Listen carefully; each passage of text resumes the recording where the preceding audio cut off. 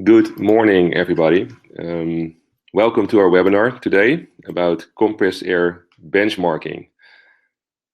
Before we start with the webinar, some house rules and some guidance for you as an audience. You will have an opportunity to ask questions after the webinar, and you can use the chat function. Shim is with me today, Shim Jansen, and he will keep track of the questions you ask, and so we will make sure that everybody has appropriate time to to get answers to those questions after the webinar. So let's get started with compressed air benchmarking, the driving force for your energy savings. So why benchmark? Maybe a little personal story. I'm currently training for a marathon, and I'm continuously benchmarking myself. I'm looking at my weight. I'm looking at how fast I run compared to the teammates, looking at my heart rate. And why am I doing that? Because this is the way I can improve myself, and I can know also how good I could become, because I have context. I have proof that I can do it, and it's proof for making the right decisions. It also provides an instant baseline instead of waiting for a year and then compare results to last year. If you look at around you to the benchmark numbers, you already know how good you could become. And it's, of course, with running also a great way to challenge myself, and that's also applicable to compressed air. It's a way to challenge people in your company, to challenge people from maintenance, from energy management departments, and so on. If you don't benchmark, something like this might happen. People start to shout like, well, we need a bigger compressor, or we need higher system pressure, that will solve the problem. Or, well, our KPIs are green, so we are doing really good.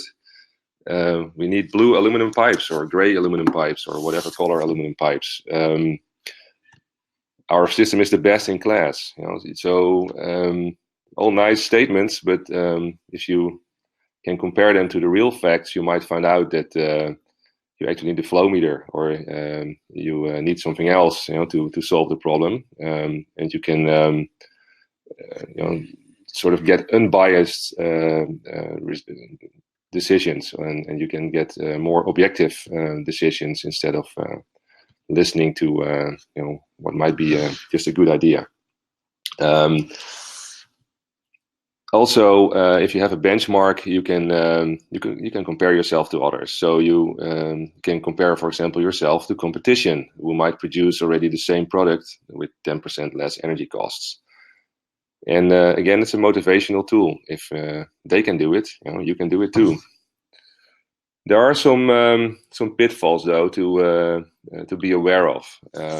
Sometimes these benchmark numbers might be biased. They could be maybe politically colored a little bit.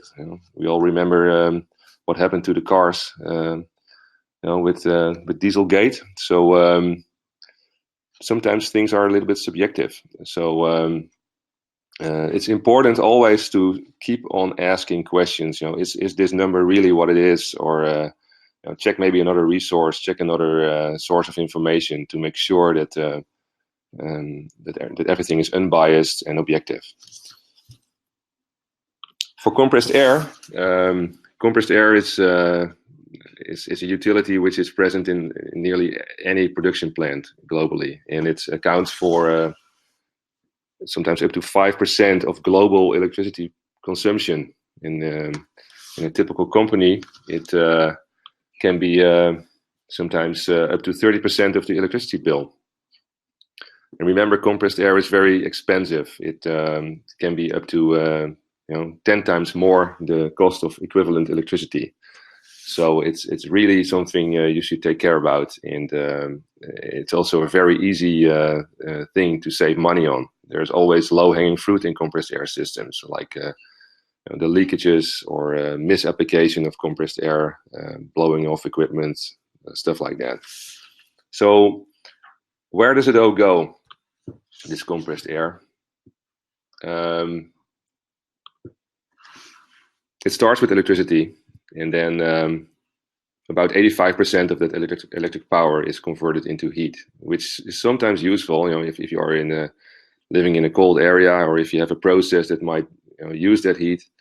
But in a lot of cases, that heat is just blown away into atmosphere, and we all know that's already getting too warm because of global warming. But yeah, we can not solve that with this heat being wasted. But anyway, the air that is being produced, about 15% of that electricity, ends up also in leaks, in artificial demand, in inappropriate use. So again, 50% of everything you generate is being wasted.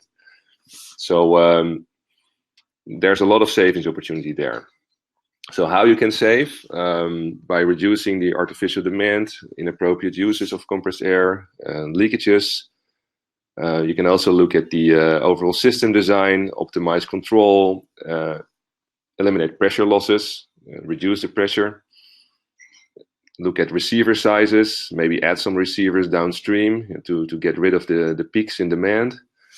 So there are various ways to do it, but you see already the biggest part is reducing artificial demand, reducing inappropriate use. So before we go more deeply into benchmarking, I want to share this slide with you. It's about permanent monitoring, because I think that's the cornerstone of any benchmark in the end. You need to have permanent monitoring in place. Why? Because if you do an audit, so now and then, you might reduce the energy, or you will reduce probably the energy consumption, but eventually it will go up. And with an auditing, for example, every year, every half year, you will always run behind the facts. You will always be too late with the actual savings. And if you do a permanent monitoring system, you can get early alerts, you can see trends, and you can be ahead of things. So that's why permanent monitoring nowadays is basically the standard way of optimizing your compressed air system. Now, what are the typical critical performance indicators you can get from permanent monitoring, and what are these, what are the basic critical performance indicators you can use to benchmark your system and to compare it to others? Looking at the supply side of compressed air, you can do efficiency by measuring the power input of the compressor and the flow output of the compressor, or maybe the flow output of the entire compressor room. You can also look at the system pressure and dew point. It's also a good indicator, dew point of quality. It's also a good indicator of sizing of your drying equipment. So you can add that too in your benchmark. And then, of course, leakage percentage. If you have flow meters, then you can look already at the percentage of leakage during the downtime of your factory. Now, going to demand side of the factory, you can look at these KPIs: point of use consumption, leakage rate, again, for example, per production line, and also the consumption per widget. So if you produce sugar or cereal or cars or whatever, you can look at the total output of your plant and divide that with the compressed air consumption, so you have a consumption per X number. Now, if you start with benchmarking, we recommend to start simple. So basic system can consist of a power meter, or kW meter if you like to measure three phases, and a flow meter at the end of the behind the receiver, if there is a receiver tank. And this already gives you a number of numbers. You can already measure the output profile and divide that by the input profile of kW, and you have already the efficiency of the entire system. If you look into more advanced, more complicated compressed air plants, then you might look into something like this. So there will be multiple compressors with multiple kW meters. There might be also some dryers. And in this example, there are also some boosters. So now you can do efficiency for the low pressure part using a flow meter. But if you have also a flow meter, as in this example, mounted behind the booster compressors, you can also do a overall efficiency of the entire plant. So you will end up with these critical performance indicators.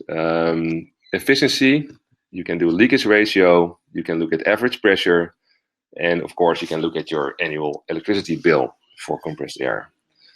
And if you're doing this, by the way, it's also very important already to have a PNID available and to have a list of equipment, because if you want to compare apples to apples, you need to know, what type of compressors do I have, and compare your system to a similar layout if possible. Now, there are some pitfalls with this, and let me name a few. So first of all, there can be installation and configuration errors. Like if you use a three-phase amp meter with current transformers, you might have entered the wrong scaling factor. Or with a flow meter, you might run into problems where the installation conditions are not optimal. So you will have a systematic error on your flow measurement. And there can also be environmental effects on the compressor. So if you compare one station to another station, and one is somewhere in a very warm area and the other one is in a cold area, there will be environmental effects. So you have to take that also in account. There can also be production changes. So a low production period is not always representative. Not always represents the real deal when production is running at 100%. And then there is the reference conditions. There are different reference conditions for compressors, different reference conditions for flow meters. So you have to make sure you're comparing the same to the same numbers. There's also another thing you can do if you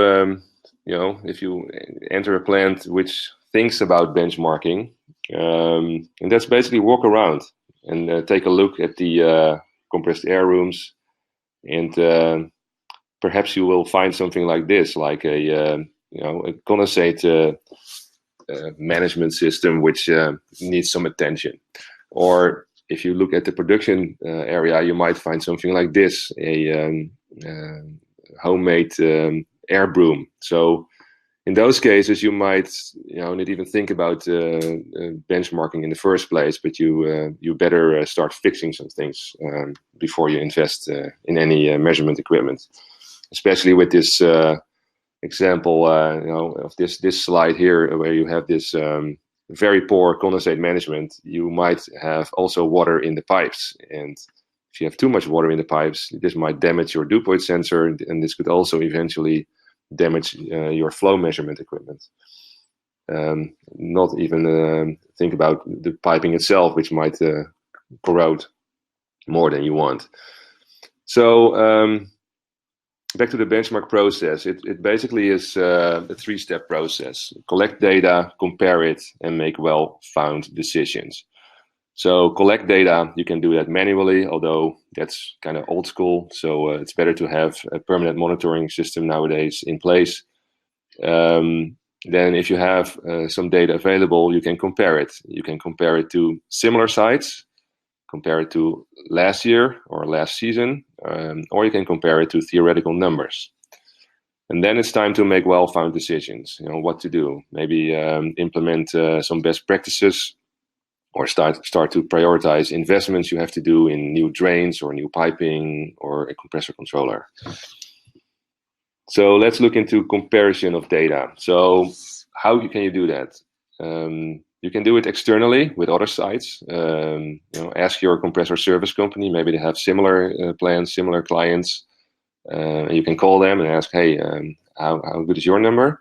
Or you can compare it maybe with competition. In some industry fields, you see that competitors are working together. For example, here in the Netherlands, it's the ceramics industry has a group that works together on best practices. You can also compare with historical numbers. If you have already a monitoring system in place, look at last year, last season, and compare it to now. And you can, download information from the internet or buy a book about theoretical numbers. You can use a KPI sheet, or you can use, buy the compressed air handbook, and look at theoretical numbers for a typical compressor, and compare your compressor efficiency to that number. Comparing with others, we were involved in a case study, and the results, this case study was done in Belgium by Nproof, one of our partners, and they were so kind to share the results of this study, where they looked at 11 sites and compared these sites simply with a power meter and flow pressure, temperature flow meter at the end of the compressed air system. So, and this little benchmark with 11 sites revealed very interesting numbers. Some people say always that, well, if you lower the pressure, then your system will be super efficient, and then your efficiency gets better. Well, you see already in this graph that it's not always true. At the 7-bar system, you see in the middle, you see 5 sites, and site number 2 is really doing not so great.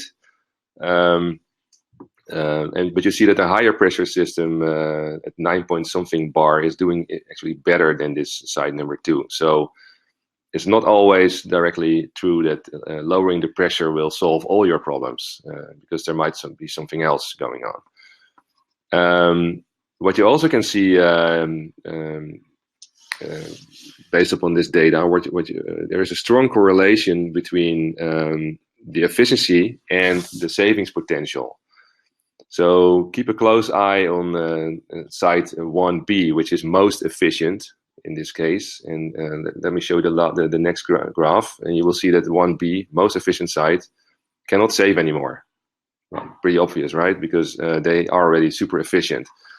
But if you look at, for example, site number 1A, that is the orange bullet at the right, there's still some savings, considerable savings potential there. So this proves the point that if you measure efficiency, you almost instantaneously know already that there is room for savings if your efficiency number is worse than your neighbor. Now you can also compare your efficiency with theoretical numbers. So I already mentioned you can download performance sheets from KPI, data sheets from vendors. I will always recommend to compare a few because they might be a little bit biased, and read some books about what is the practical efficiency of a typical compressor type. And then you can compare yourself to that number. So that's another way to benchmark your system instantaneously. Now the third way to do it is to look at your efficiency over time. And in this example, we have a typical plant running in 4 quarters, and they compare the efficiency per quarter. And you see that in quarter number 4 of 2018, they're doing much better than in 2017. And why? Well, if you have also the production numbers, you can see why. In 2017, they were producing much less in the 4th quarter compared to 2018, and relatively the leakage might be of similar height. So in that case, efficiency goes down compared to the output of products. So it's always good to have not only the efficiency number of your compressor, but also have numbers about the number of widgets produced, because there might be a strong correlation between that and the overall efficiency. What are causes of poor efficiency? Other causes, it can be wrong compressor configuration. It can be, as shown in the last slide, changes in the demand profile. Could be due to oversized compressors, the lack of a proper master controller, too high system pressure. There can be issues with air treatment. We see a lot of issues with drains which are not properly maintained, as I showed in the slide a few slides back. And it can be more complex things going on, like too high inlet temperature, or maybe it's because of the altitude. And especially with centrifugal machines, this can have a huge influence. Now, benchmarking is also a great motivational tool. Again, if I look at myself as now running, it's a way to motivate myself that I can do better. It can also be used as a contest between locations or between shift leaders of a production shift. Who is the best? Who's the most efficient? Who can find the most leaks and fix them? So.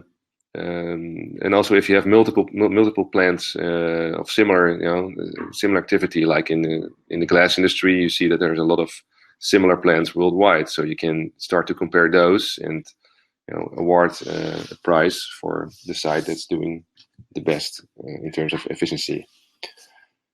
So to conclude this first part, before we go to the questions part. Benchmarking is key to make the right decisions, and it gives a proper perspective for your critical performance indicators. It puts your savings potential basically in a context, and it can be a driving force for rapid improvements. You don't have to wait. If you have a number, you can instantaneously already compare it to theoretical numbers, for example. And if you're benchmarking a compressed air system, I strongly recommend to start with the basics. Start with monitoring kW and flow output, because then you can already calculate real system efficiency, you can see system pressure, and you can already calculate the leakage percentage. So it's an easy and very effective way to start. And to help you a little bit with that, we have a special offer. So if you send us your project scope and preferably also a PNID or a sketch of your plant, we can make you a great offer, for a starting package to monitor your compressed air. So you can start benchmarking right away. Thank you for your attention. We will now go to the questions. Looking at Shim, I think you have already a few.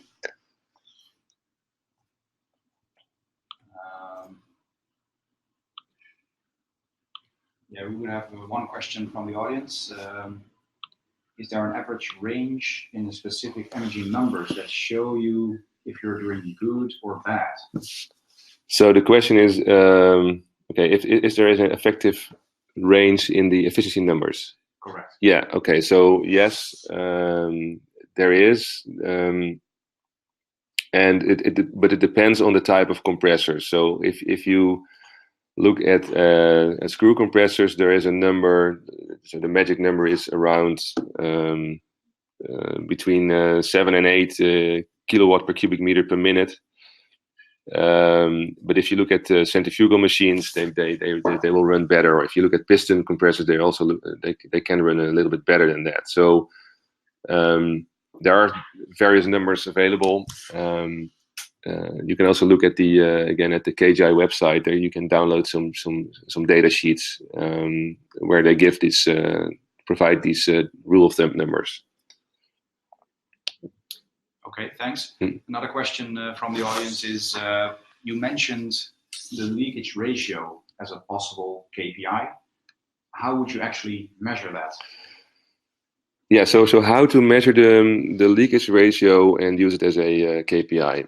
There are various ways, and it depends also on the demand profile. If you have a factory which is down in the weekends, or it's a factory which stops production maybe after a certain time, let's say at 6 o'clock in the evening, then that's a great moment to measure the leakage ratio, because then everything is stopping, and the only thing that's consuming air is the leaks. So that's one way of doing it. If you have continuous production, what you can do then is look at the average consumption of your plant, then start fixing leaks, and then you can see the difference between before and after, and at least get a number of how much money you have saved. So that's another way to do it.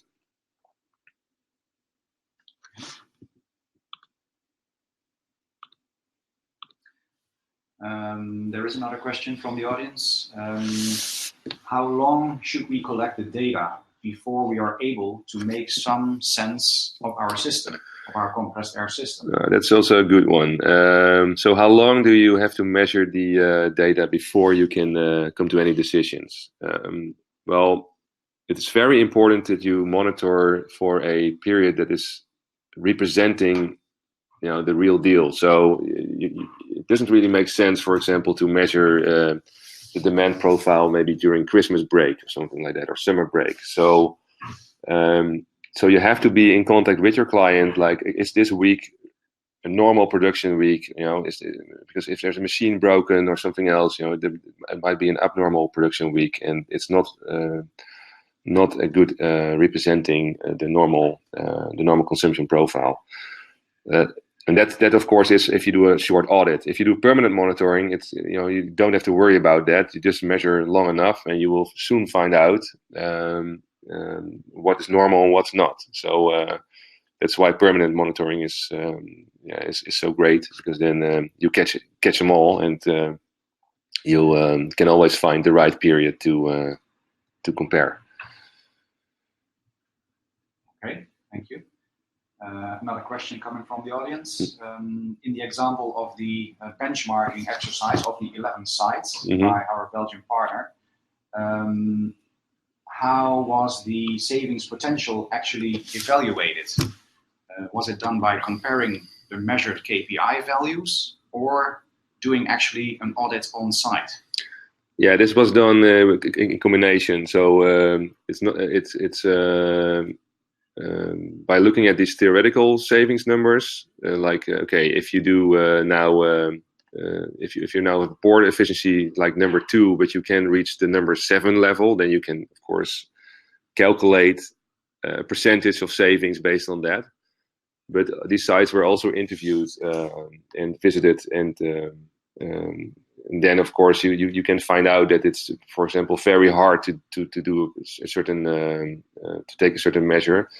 And another thing is there might be one of these systems might have been running only for for a limited time, so then there might be still a lot of savings potential from an efficiency perspective. But if you look at the euros, it might be not so interesting to save. For example, I'm not sure about this in this case, but if you look at number 8, which is has a little saving potential, well, this one is already pretty good. But there could be an example. I don't see it right now. Number 7 maybe. Yeah, so 7 is already pretty good. That's interesting, but it has also still some savings potential. So there might be that it's running very efficient, but there might be also a lot of leakage in this case. So then there's still some savings in the fixing the leaks. Yeah. Okay. Next up is a bit of a commercial-oriented question. Do you have a price guideline that you can share with the audience on the cost of metering and monitoring, perhaps per sensor or per compressor? Yeah, so that's there are 2 ways I'm looking always at this. First of all, I think that any investment you do in energy management should pay for itself, and can be paid for itself nowadays without even having any incentive money, because equipment is affordable and savings is potential is in general high enough that you can have a payback period of less than a year, if you don't overdo it, of course. But if you look at a typical, say, basic monitoring solution, let's take a flow meter and a kW meter and some kind of data logging device, or in our case, a permanent monitoring solution based on VP Vision. You can end up with a price tag of approximately between say 5,000 and 7,000 euro. And now you have to look at your energy bill and say, hey, is my savings potential big enough, to justify this investment. And so it's not something, for a small dental air compressor or for a small garage, but for an average, medium-sized production plant, this is something you can very well justify to do. Based on your experience, what is a realistic percentage goal of savings to achieve? I think just the low-hanging fruit part, I've seen it, year after year, site after site. There's always room for 10%, always. Unless they have to turn the compressor completely off. Okay, then there's nothing to save anymore. But normally 10% is easily achievable. Okay. I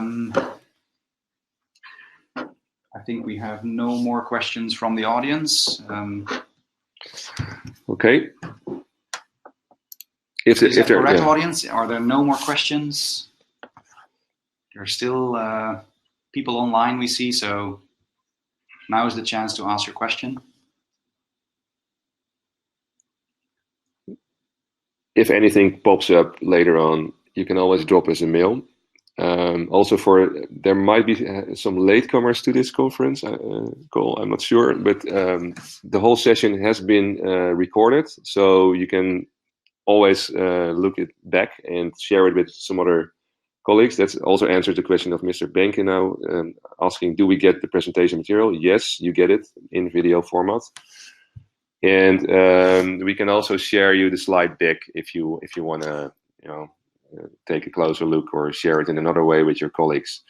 So thanks for attending today, and I wish you a really great day, and I hope you will be able to save a lot of energy with your compressed air system or with your client's compressed air system. Thank you, and looking forward to see you at the next webinar.